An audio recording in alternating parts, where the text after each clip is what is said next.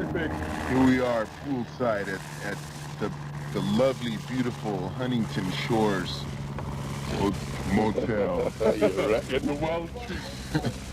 Lovely, inexpensive hotel. At my side, the molds of flesh, 2/3 that comprise Venom, Cronos and Abaddon, and I think it was half the flesh. Biggest amount of it. Mantis lounging lazily aside. But Splendid. Ignorance. anyhow, Hot. It is lovely and hot, yes. Isn't it? Yes. Correct. Quite a hot day. this is the first full-fledged Venom assault on the United States. Now, I know last time... Killing them dead. Wow.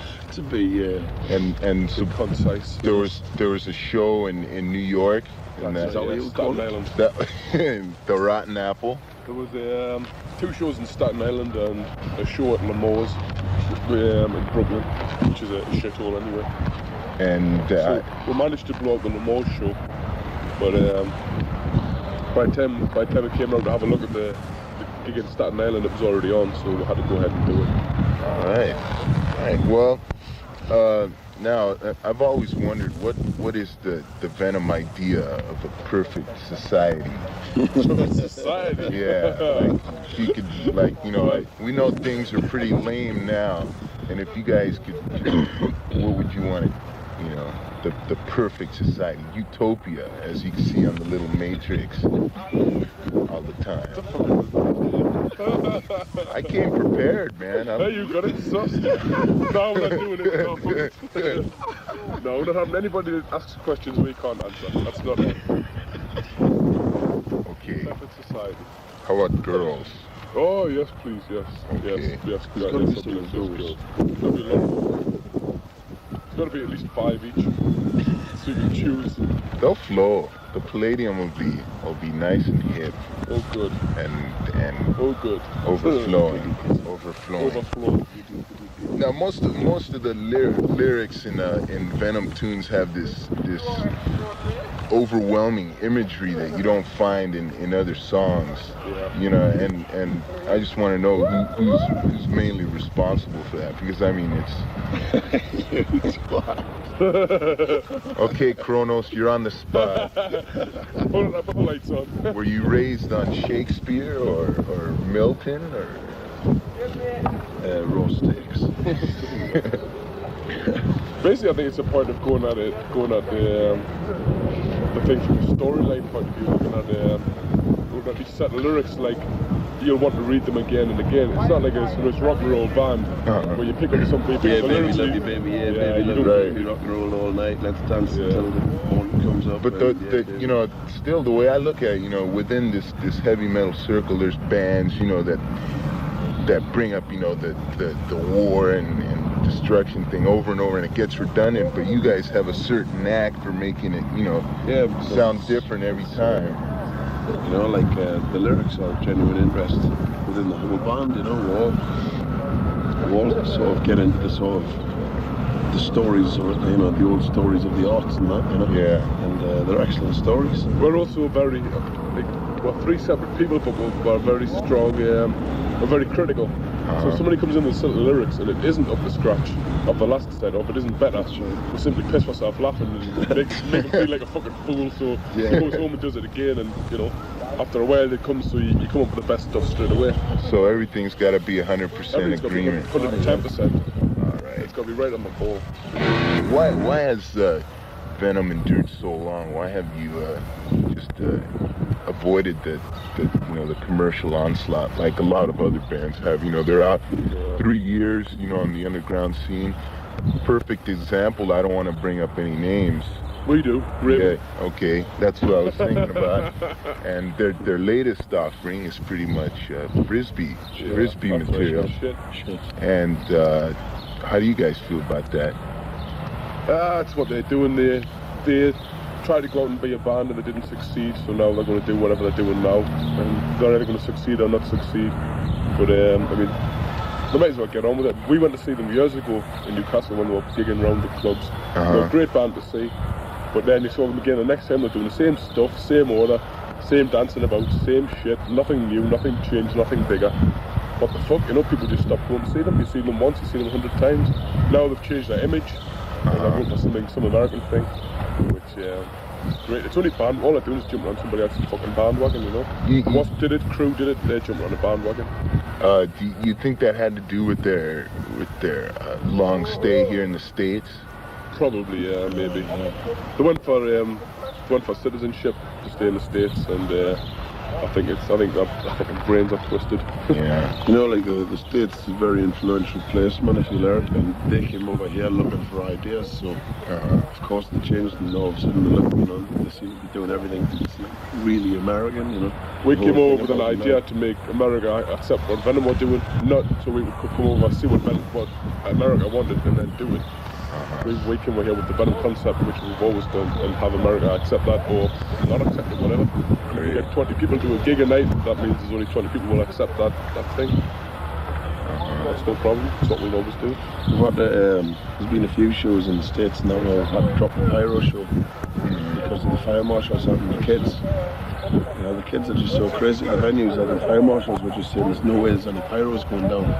And like the last one, Sacramento show, the fire marshal just came in. It's no way, you know. No pyros at all. And that night there was kids like jumping off the PA speakers. Yeah. You know, so it's great. It's a great thing, but like it means that the kids are paying say $15 or something or whatever to come in and see a show, and we can't give them everything. Right. I mean, we feel pissed off going out. There's no explosion. There's no pyros, no fireworks.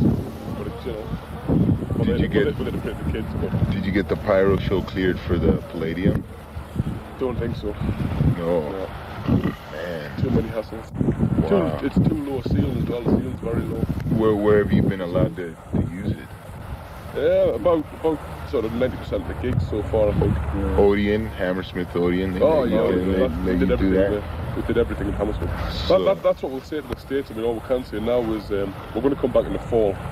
We're going to come back with a proper agent, a decent agency. All right. We're going to play some different places. But what we will say is that the full pyro show is on the video from Hammersmith. Oh, the Seventh Day of Hell video. Yeah. And obviously we're getting something sorted out so that can be distributed over here. Yeah. And then there's also that other video with which no one will Bloodlust. Yeah. Where were those filmed at? Just some warehouse? Place in Newcastle. It's a little theater. They have this real gothic look to them, you know, and that bright orange. It's just on. Well, yeah, we mentioned live video, and now do you plan to get into more creative aspects of film? Like I was thinking, like Manitou would make a great video, Funny enough, the next single is called Nightmare, and we've got some very strong ideas for that. We're going to go home before we do the European. We're going to do some European shows. Right. We're going to go home. We're going to plan things for the Nightmare video and get that shot. See how that comes out. Nightmare is the video. Great. Now that we're talking about vinyl, what's the featured album going to be called? You working on it at all? Just released Possessed. Yeah. Possessed has been just released. So that's being. But I always thought you guys were like once the record would come out, you'd already have like some new material. Oh, yeah, we always do that. The next album is planned to be a double live package, which will be called Alive in '85. And after that, we're going to do something which is going to be. It's going to be strange because we've more or less done we've done 5 albums. It's going to be over a period of 5 years. Alive in '85. Right. So the 6th album is going to be a reversal in roles. We'll see how we can get back to doing what we're doing, like with Welcome to Hell. How we can get that feeling back again, do that sort of thing, you know. Yeah, that album's phenomenal. The only hassle we had with that album obviously was it was done in such a short length of time. It was our first time in the studio. How long did it take to record Welcome? It took 3 days to put the backing tracks down, and another 3 days to do the sort of overdubs and mixing. So it took 6 days altogether. Well, now I understand before the current lineup of Venom was formed that Cronos, you played rhythm guitar, was it? Yeah, that's right. You played rhythm guitar and you didn't sing. So what was? What a tit! What a walking dog shagger! Tell us about your former vocalist. He's doing what King Diamond's doing now. Yeah, so he was doing at that time. He was doing all the makeup and shit. And it was really impressive. He used to use in England, I don't know if you use it here. In England, you use whitewash on the ceiling, right? It's like a thick, chalky paste.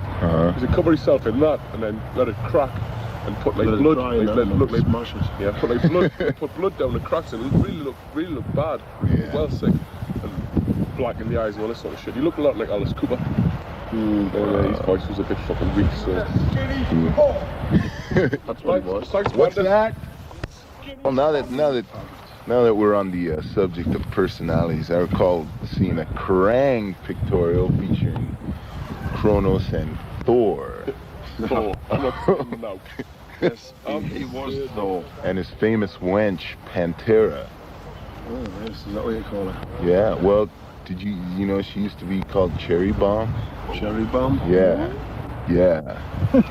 I'm letting out some pretty heavy news. Yeah, they used to have this semi-hardcore porno rag here in the States called Sherry. And she was Cherry Bomb.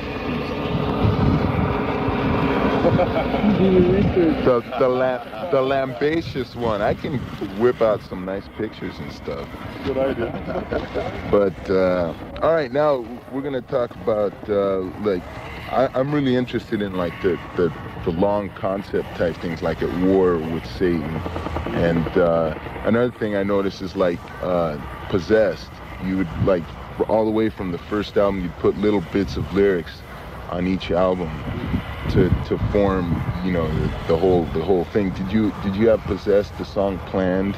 Oh yeah. All the way, you know. That was planned well back. Like I'm saying, I mean, up to the fifth album has been planned, and now the sixth has been planned for such a long time. Right from the beginning, really. We're planning to do like an era of things rather than just like, oh, let's do an album. Yeah, what we'll write now, and what have you got? Have you got a riff? Yeah, I've got a lyric. What the fuck? You know? Everything's planned pretty well in advance. Wow. Lame helicopters. There's a lot. They have those in England? Yeah, we've got them, but not like this. Not like this, no. We have police helicopters. I've seen more helicopters than I've seen bees. Yeah. More helicopters than fucking people around here. All right, so give us some reflections on the current tour, like Studio 54. How is it? That's infamous disco place. Yeah, we destroyed it. Yeah, it was excellent. Absolutely fucking ripped the place. How'd it go? It's great. It was a good gig. There's an awful lot of bad gigs on the tour. Not from our point of view, from the point of view size of halls, bad loadings, bad loadouts, fucking people not pulling their weight, size of stages, you know. But in general, like at least half the shows have been really perfect, really good. And we're really looking forward to Palladium now. I mean, that's obviously top of the bill. That's been awaited probably for. the best crowds have been Toronto, Studio 54, and Kabuki. I'm just curious, on Too Loud for the Crowd, where's that last part taken from? That last little live? That's off the Hammersmith. That track was written for the Hammersmith crowd. Ah, I see. And it's written about them, really. Yeah. The lyrics are about us in the crowd, you know. How we were too loud for the crowd, you know. How like the Hammersmith crowd couldn't handle the Venom show, you know. That's what it's about. That's where all the snippets like it. Video. Is that doing very well? The distribution on that? Yeah, it's doing really well. We're gonna get it in something distributed in the States, obviously, because there's hell of a lot of sales over here. Yeah. But it's been doing really well. It was top seller, Polygram's top seller for 3 months, I think. It was beating things like Dio, had a little Dio job out and all this stuff. They did our thing. They expected to sell X amount, not very many. Yeah. And it sold out over Christmas. So they had to sort of stock up and get it back in the charts again, because it was flying pretty high in the charts. And they get stuck back in again. Hey. All right. There's this band that you guys have an association with, Warfare. Tell us about those guys if you can. You know, what are they? Well, they're good lads. Like a fun band, Like a fun band. Where it comes from basically is the studio that we record out of, Elite Records, sort of home base, has got like 4 or 5 floors, and we own one of the floors. We've got an office and shit there. And whenever any band comes in and records or does anything, we know about it. We get to know about it straight away. Obviously, we're being sort of in-house. When Warfare came in, it started with Mantis really. It came in and asked him, some lead break that the guitarist couldn't do, was just loads of dives and trends and shit. And Yeah. pull it off. Yeah. Just a mayhem job, so like, that's Jack to go up and do some shit. He went up and did that, and then came to do the album, and they said, well, we want to do this on the album, because the main thing was Jeff's name had sold more of their records than they actually had themselves. So when they came to do the album, they said, well, we go up and just fuck about really at the end of the track. So, fair enough, so we wrote the Rose Petals shit thing, and just went upstairs and fucked about really. It was really easy because we're sort of like there all the time anyway. We're there till about say 5, 6 at night, and then we'll start getting pissed after that. Stay there and then go for a fucking nightclub or something, you know. Great. So whenever they're in, we're in. Cool. Don't get rid of us. Oh, I guess, there's Mantis. Is he strolling over here? He's strolling somewhere. Going for a stroll, are we? Any final words? Huh? Any final words? Bye. Bye. I'll ask you guys. No. You guys have any closing words for the legions out there? The countless ones? The faceless ones. Stay faithful. Yes. Keep off a fucking stage. Keep off That's a gonna stage. be hard. Keep off a this stage Friday. and we'll put a show on It's for you. LA. Slayer is, you know, they last time they played Country Club was like almost you can see them on stage. When we were in Toronto, Slayer were jumping up on the stage. Baby, that's all the set. I told the stereotype, hey, you guys are really happening over here. You gotta get over here, man. You're really happening. That was like Yeah. every word they said. That was their way. So what do you think of those guys as a band? As a band, I think they started off. They Yeah. started off with some pretty good stuff, and it was all Dave Mustaine stuff. And now all they're doing is they seem to be running out of ideas. I mean, Laws is doing fucking lyrics and all sorts of shit, you know. Yeah. I mean, when they had the Dave Mustaine stuff, they're doing some good tracks. Oh, his band right now, Megadeth, His band are well together. is really. That's right, I yeah. think it's really hot in that when Well, that. they piss all over Metallica. Yeah. So do Exodus. Exodus piss on Metallica. They rage. I really don't I don't rate Metallica at all. I mean, fucking, I saw them a few times in the States, and every track was the same. In Europe, sorry. Every track was the same as the one before, you know. One after another. All right. Well, once again, if you got anything in closing you'd like to say, that about concludes this laid-back interview. this conversation with Venom. This laid-back, sunny interview. It's laid-back, sunny. And I don't feel like driving back, so I'm gonna shut this.